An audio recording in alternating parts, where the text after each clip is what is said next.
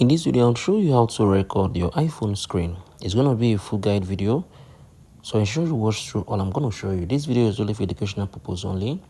So let's say if you want to record a video tutorial on your iPhone and you love to record the screen and show people the step-by-step tutorial on how they can do things, what you need to do, you need to gradually just take down your screen. So once you swipe it down, you're going to be able to see, you can see this is currently recording. So this is why I think it's shining red. So if you hold on it, you're going to be able to see the option, right? So what you need to do, just tap on that red icon. Once you tap on it, it's going to start recording.